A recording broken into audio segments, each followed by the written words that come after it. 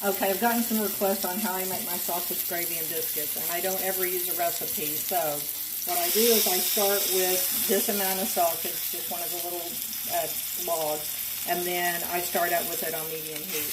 And of course, all I'm going to do is break it up into little tiny pieces and start letting it cook. And then we'll come back in a minute and I'll show you what I do next after it cooks up. Okay, so you want it in little bitty pieces like this.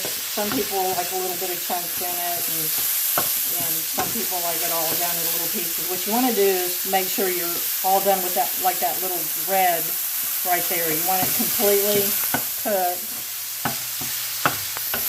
and it's pretty much to that point now. So the next thing that I want to do is, you see the grease that's sizzling around in there? I want to get enough flour in there to absorb all of that. So it doesn't really matter what pan size you're starting with. It just matters how much grease that you're trying to absorb. So, and I just use self-rising flour. And sorry, again, I don't have measurements. Maybe you can figure it out from this video, but I just guesstimate on how much I need to fill all that up. And then I can see I need a little bit more over here. So the key thing is to make sure that you add enough flour at the very beginning, because adding flour later is hard. So if you add too much flour, that's okay. You can always just add a little bit more milk to make it thicker. You don't want to mess it up. No, don't want to mess it up. So what we do then is just stir it all in. And that's the way you can tell if you have enough flour too, because you're going to see that you get the little balls of flour in there and it's all starting to blend in, and you just keep stirring it until you have it all in there really good. Now the next thing I do is add some milk. Usually I do 2%, only because I'm like trying to save calories somewhere, which doesn't make a whole lot of sense. But but you can see it's pretty much mostly blend in. You're going to see a little bit of flour still on there. Then what we're going to do is I usually try to pour enough milk to sort of cover up the ground beef, the sausage. Now, this is where I found a key point, is that don't stir it now. If you stir it now, that makes your gravy turn out to look more brown. And I like a more white aspect to my sausage gravy. So we'll just let it sit here and take a break. But what you're going to look for is for it to start bubbling up a little bit in the center. Okay, so this is what you're going to start looking for. You can also hear that little sizzle. And then you can see the bubbles starting to come up a little bit and went in there. So what I'll do now is I'll go ahead and take some pepper. We like lots of pepper. You can do it however you want, but it's definitely going to blend in. So I usually put like about that much pepper on top. I might let it bubble a little bit more. I just like to see it start doing this. See how it heaved up a little bit, and you can see it getting pretty thick right there. And I like to see it do that in a few more places. The one thing, you can put your spatula down if you're getting nervous and just do a little scrape down there just to make sure it's not sticking on the bottom.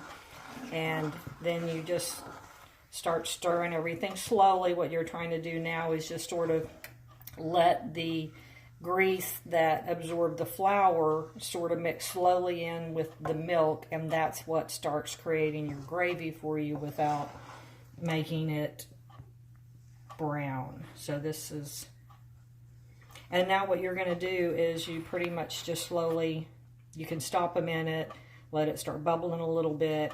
The key thing is to keep your spatula going on where your burner is, so you're not creating any thick films.